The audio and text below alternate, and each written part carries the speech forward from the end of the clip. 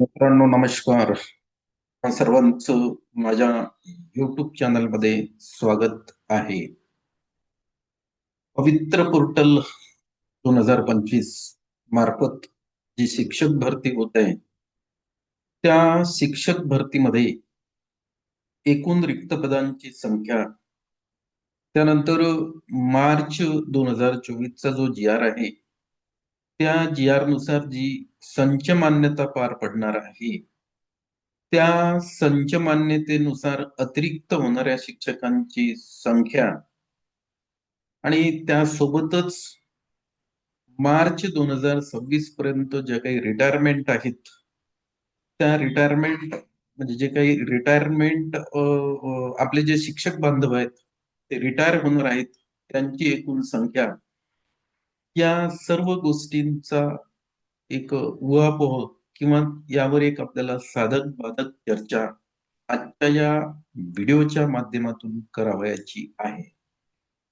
कारण आपले जे शिक्षक उमेदवार आहेत, त्यांच्या दृष्टिकोनातून एक महत्वाचा जो मुद्दा आहे, तो महत्वाचा मुद्दा म्हणजे ज्या स्थानिक स्वराज्य संस्थांच्या शाळा आहेत, ज्यामध्ये जिल्हा परिषदच्या शाळा येतात, महानगरपालिकांच्या शाळा येतात आणि नगर परिषदच्या शाळा येतात, यामध्ये एकूण रिक्त पदांची संख्या किती आहे, ते आपल्याला आजच्या या व्हिडिओच्या माध्यमातून जाणून घ्यायचं आहे.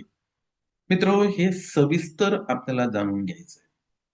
आणि हे जर तुम्हाला सविस्तर जाणून घ्यायचं असेल, तर आपलं जे महाराष्ट्र राज्य आहे, या महाराष्ट्र राज्यामध्ये जो काही शालेय शिक्षण व क्रीडा विभाग आहे, त्या अंतर्गत या स्थानिक स्वराज्य संस्थांच्या शाळांमध्ये एकूण शिक्षकांची संख्या किती आहे, ते सुद्धा आपल्याला माहिती असणं आवश्यक आहे.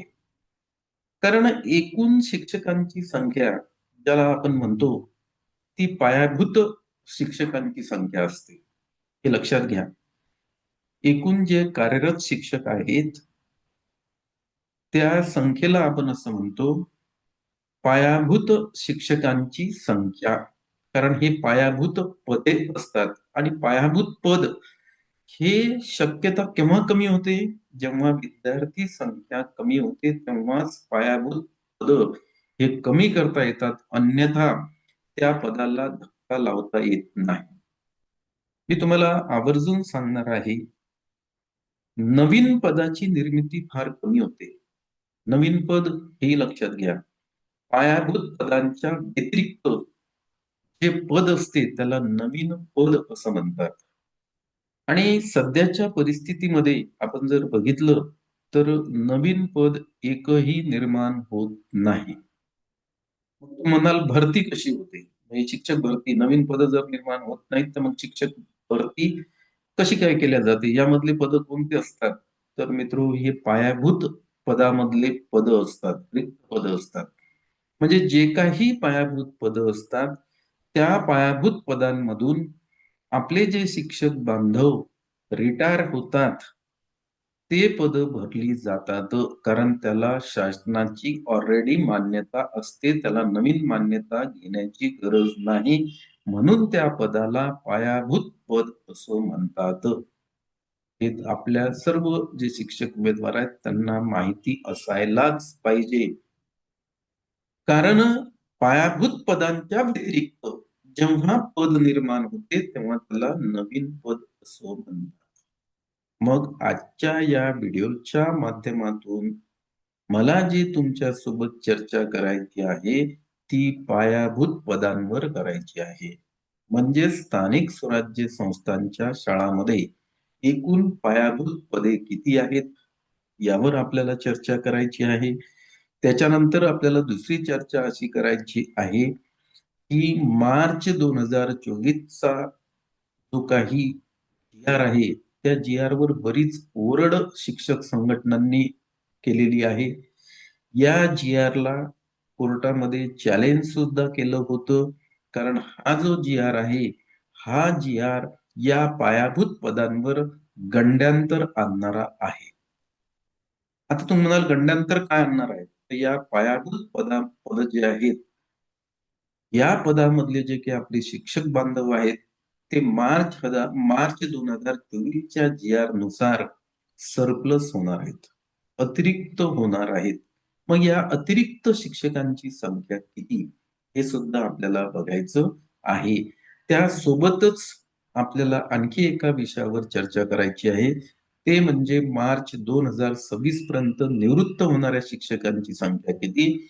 आणि मग आपल्या लक्षात येईल की ज्या काही पायाभूत पद आहेत, या पायाभूत पद रिक्त किती आहेत. म्हणजेच मग शिक्षकांच्या भरतीचा जो काही आकडा आहे, पवित्र पोर्टल मार्फत जी भरती केल्या जाणार आहे 2025 मध्ये, तो आकडा सुद्धा आज आपण त्याच्यावर सुद्धा चर्चा करणार आहे. मित्रांनो, मी इथं नमूद करतो सर्वप्रथम की सध्या आपला जो भर आहे तो स्थानिक स्वराज्य संस्थांच्या ज्या शाळा आहेत त्यावर आपण बोलत आहोत.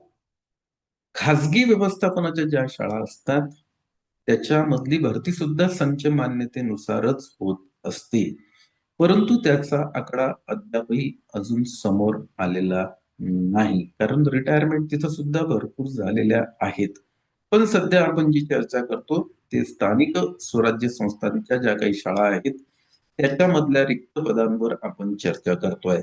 तर आपण याचं थोडस डिटेल्स विवरण आपल्याला बघायचं आहे. त्यासाठी मी इथे एक स्क्रीन शेअर करतो आणि या स्क्रीनवरून आपल्याला याविषयी चर्चा करायची आहे. बघा, शिक्षक भरती 2025, जी शिक्षक भरती पवित्र पोर्टल मार्फत करण्यात येणार. आणि ही जी भरती आहे याचं मॅनेजमेंट, पवित्र पोर्टलचं मॅनेजमेंट आता ट्रान्सफर झालेलं आहे आणि ते आता महाराष्ट्र राज्य शिक्षा परिषदेकडे गेलेलं आहे. हे आपण लक्षात घ्यायला पाहिजे. त्याची एक सुकाणू समिती सुद्धा तयार झालेली आहे आणि त्या सुकाणू समितीच्या अंडरमध्ये हे काम करणार आहे. कोण काम करणार आहे? पवित्र पोर्टल काम. तर तुमचं आता सेल्फ सर्टिफिकेशन झालेलं आहे.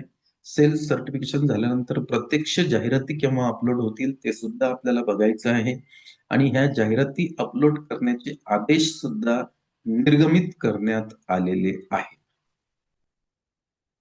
तर सर्वप्रथम आपल्याला जी चर्चा करायची आहे की ज्या काही स्थानिक स्वराज्य संस्थांच्या शाळा आहेत, हा एक शब्द माझा वारंवार रिपीट होते कारण तो महत्वाचा आहे. ज्यामध्ये महानगरपालिकांच्या शाळा, नगर परिषदच्या शाळा आणि जिल्हा परिषदच्या ज्या काही शाळा आहेत, यामध्ये जे पायाभूत पद आहेत, ज्याला ऑलरेडी शासनाची मान्यता आहे, त्या एकूण पदांची संख्या 1,90,000 आहे मित्र. हे लक्षात घ्या.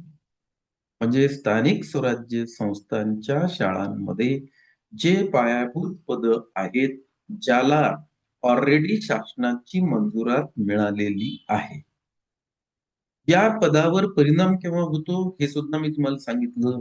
एखाद्या शाळेमधली जर विद्यार्थी संख्या कमी झाली, म्हणजे मार्च 2024च्या GR नुसार जर ते विद्यार्थी संख्या नसेल, तर यामधील शिक्षक हे सरप्लस केल्या जातात. ते पद कमी केल्या जात नाही, त्यांना फक्त अतिरिक्त ठरवण्यात येते. आणि ज्या ठिकाणी विद्यार्थी संख्या जास्त आहे आणि तिथं शिक्षकांची गरज आहे, त्या ठिकाणी या कार्यरत शिक्षकांना सरप्लस करून पाठवण्यात येते. तर हा सगळ्यात महत्वाचा आकडा आहे. म्हणजे महाराष्ट्रामध्ये कार्यरत शिक्षकांची संख्या किती आहे, कार्यरत म्हणजे पायाभूत पदांची संख्या सांगते तुम्हाला. याच्यामधले शिक्षक रिटायर झालेले आहेत, याच्यामध्येच रिक्त पदांची संख्या सुद्धा आहे आणि या 1,90,000तच अतिरिक्त शिक्षकांची संख्या सुद्धा आहे. हे आपण लक्षात घ्यायला पाहिजे. म्हणजे आपली जी शिक्षक भरती आहे पवित्र पोर्टल मार्फत जी होणार आहे 2025, ती या 1,90,000च्या आकड्याच्या आतमध्ये खेळत आहे. म्हणजे या 1,90,000च्या आकड्याच्या आतच ही भरती राहते.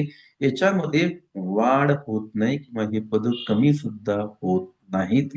हे पद फक्त याच्यामध्ये सरप्लस शिक्षकांची संख्या तयार होते आणि सरप्लस शिक्षकांची जी संख्या तयार होते ती जिथं शिक्षक कमी पडले किंवा रिटायर झाले त्या ठिकाणी ते पाठवल्या जातात आणि त्यानंतर जे उर्वरित पद या पायाभूत पदामधले रिक्त असतात त्यावर शिक्षक भरती केल्या जाते. हे आपण आवर्जून लक्षात घ्या. तर हे बघितलं आपण राज्यात एकूण 1,90,000 जे आहेत ते मंजूर पदं आहेत, म्हणजेच पायाभूत पदं शिक्षकांची आहेत. पुढे आपल्याला बघायचं आहे, की यामधलेच जे काही आता आकडा आला मार्च 2024 नुसार जी काही संच मान्यता झालेली आहे, त्या संच मान्यतेनुसार जो आकडा आलेला आहे, तो अतिरिक्त शिक्षकांची संख्या आहे 2400. 2400 शिक्षक हे अतिरिक्त झालेले आहेत. आणि या अतिरिक्त शिक्षकांचं समायोजन सर्वप्रथम केलं जातं. डेडलाईन सुद्धा आलेली आहे. त्यांना ही फेब्रुवारीपर्यंत समायोजन करावं लागणार आहे. कारण याचा प्रोग्राम हा एक आता समोर आलेला आहे. महाराष्ट्र शासनाचा जो शालेय शिक्षण व क्रीडा विभाग आहे, जो प्रोग्राम त्यांनी म्हणजे हे केलेला आहे, त्यानुसार या अतिरिक्त शिक्षकांचं समायोजन सर्वप्रथम होणार आहे. आणि यांचं समायोजन झाल्यानंतर प्रत्यक्षात जाहिराती मार्चमध्ये अपलोड करण्यात येणार आहेत. पवित्र पोर्टलवर ज्या जाहिराती अपलोड करण्यात येत आहेत, तसे आदेश सुद्धा त्यांनी दिलेले आहेत. या स्थानिक स्वराज्य संस्थांचं जे संचालन करतात, जिल्हा परिषदचं संचालन कोण करते? तर सीओ, मुख्य कार्यकारी अधिकारी, त्यांना ते आदेश आलेले आहे. महानगरपालिकेचं तिथले जे महानगरपालिकेचे आयुक्त असतात, त्यांच्याकडे असते. त्यांना सुद्धा त्याचे आदेश त्यांनी दिलेले आहेत. नगर परिषद, त्यांचे चीफ ऑफिसर म्हणजेच त्यांना मुख्याधिकारी असं म्हणतो आपण, त्यांना सुद्धा हे आदेश आलेले आहेत. हे अतिरिक्त शिक्षकांचं समायोजन झाल्यानंतर तुमच्याकडे संच मान्यतेनुसार जे काही रिक्त पदांची संख्या आहे, त्याची जाहिरात त्यांना पवित्र पोर्टलचं जे 2025 ची टॅब आहे, त्यावर अपलोड करायची आहे. पुढला आणखी महत्वाचा जो मुद्दा आहे याच्यामध्ये, तो सुद्धा आपण इथं विचारात घेणार आहे. मे 2026 पर्यंत निवृत्त होणाऱ्या शिक्षकांची संख्या 5,500च्या वर आहे. हे सुद्धा महत्वाचं. म्हणजे जी पायाभूत पदं आहेत, त्या पायाभूत पदामधील 5,500 जे काही शिक्षक आहेत, ते रिक्त ते निवृत्त होणार आहेत. म्हणजेच ह्या रिक्त जागा निर्माण झालेल्या आहेत. हे सुद्धा आपण इथं लक्षात घ्यायला पाहिजे.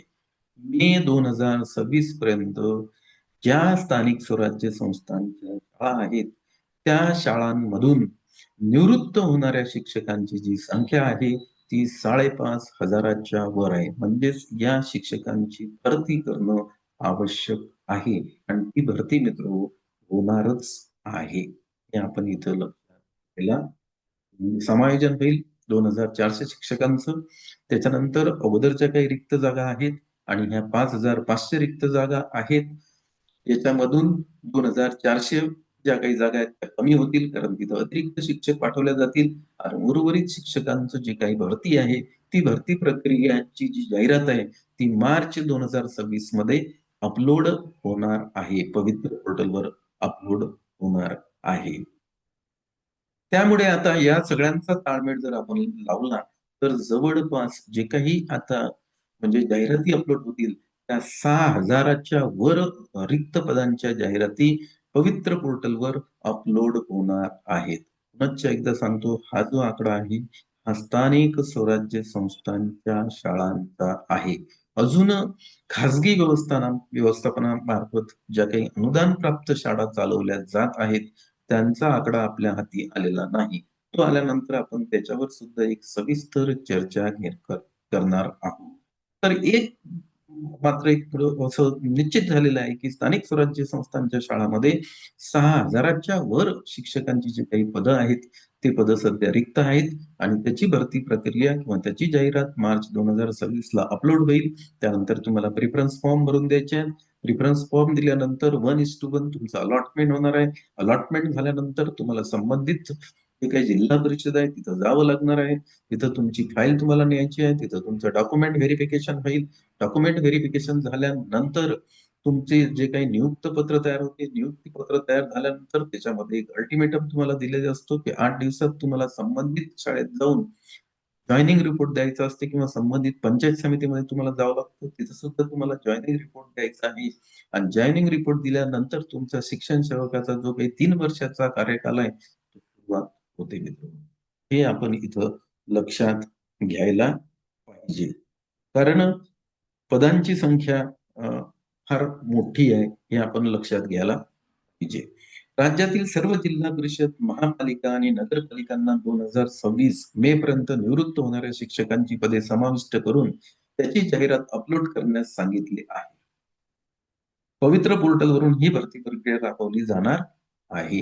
हे आपण लक्षात घ्यायला पाहिजे. म्हणजे त्यांनी असाही एक आदेश दिलेला आहे, की ज्या काही महानगरपालिकांच्या शाळा आहेत, जिल्हा परिषदेच्या शाळा आहेत, त्यानंतर नगर परिषदच्या शाळा आहेत, त्यांना त्यांच्या सीओला त्यांनी सांगितलेलं आहे, की निवृत्त होणारे जे काही शिक्षक आहेत, त्यांचे सुद्धा तुम्हाला रिक्त पदाची जी जाहिरात आहे, ती जाहिरात मे 2026 पर्यंत म्हणजेच या मार्च पासून हे स्टार्ट होणार आहे.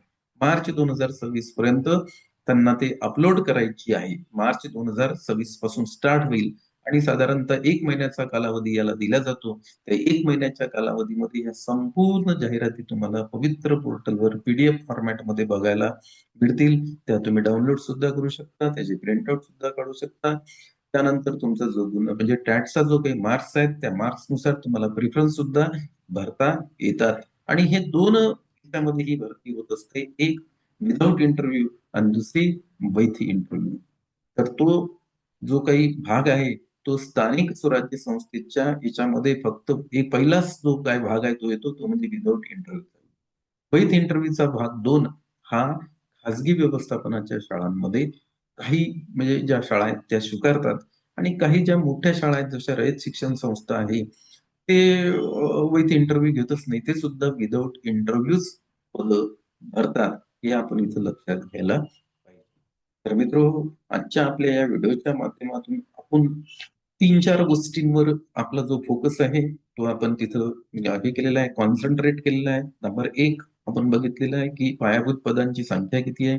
नंबर 2 आपण बघितलं, की सरप्लस शिक्षकांची संख्या किती आहे. आणि नंबर 3 आपण निवृत्त होणाऱ्या शिक्षकांची संख्या सुद्धा बघितलेली आहे. आणि नंबर 4 आपण किती पदं भरल्या जातील पवित्र पोर्टल 2025च्या मार्फत त्याच्यावर सुद्धा आजच्या या व्हिडिओच्या माध्यमातून चर्चा केलेली आहे. निश्चितच तुम्हाला ही चर्चा आवडली असेल तर माझ्या व्हिडिओला लाईक करा आणि हे जे चॅनल आहे या चॅनलला आपण सबस्क्राईब करा म्हणजे याविषयीचे जे काही नवनवीन व्हिडिओ आम्ही तयार करतो त्याचं नोटिफिकेशन आपल्याला प्राप्त होईल आणि त्या नोटिफिकेशन प्राप्त झाल्यानंतर तो व्हिडिओ तुम्हाला बघता येईल आणि बघितल्यानंतर निश्चितच तुम्हाला या व्हिडिओचा फुल नाही फुलाची पाकळी म्हणून जो काही हातभार लागणार आहे तो सगळ्यात महत्वाचा आहे कारण आजच्या काळामध्ये हे ज्या म्हणजे पवित्र पोर्टल मार्फत भरती होते ती संपूर्णतः त्या शिक्षक उमेदवारावर त्याची त्यांनी जबाबदारी टाकली. म्हणून आपल्या शिक्षक उमेदवारांना या शिक्षक भरतीचं जितकं नॉलेज भेटेल तितकं कमीच आहे. त्यांनी थोडंसं नॉलेज आपलं अपडेट ठेवलं पाहिजे म्हणजे त्यांच्या चुका होणार नाहीत. चुका झाल्या नाहीत तर त्यांची नियुक्ती प्रक्रिया ही सरळ होणार आहे. हे सुद्धा महत्वाचं आहे. नाहीतर कुठल्याही टप्प्यावर तुम्हाला अपात्र ठरवण्यात येते. म्हणून आपल्याला कुठलीही गोष्ट पवित्र पोर्टलवर जेव्हा आपण करतो, तेव्हा आपल्याला 100 वेळा विचार करायचा आहे. हे आपण इथं लक्षात घ्यायला पाहिजे. तर हा व्हिडिओ तुम्हाला आवडला असेल तर याला लाईक करा, याला भरपूर शेअर करा आणि या चॅनलला आपण सबस्क्राईब करा. धन्यवाद.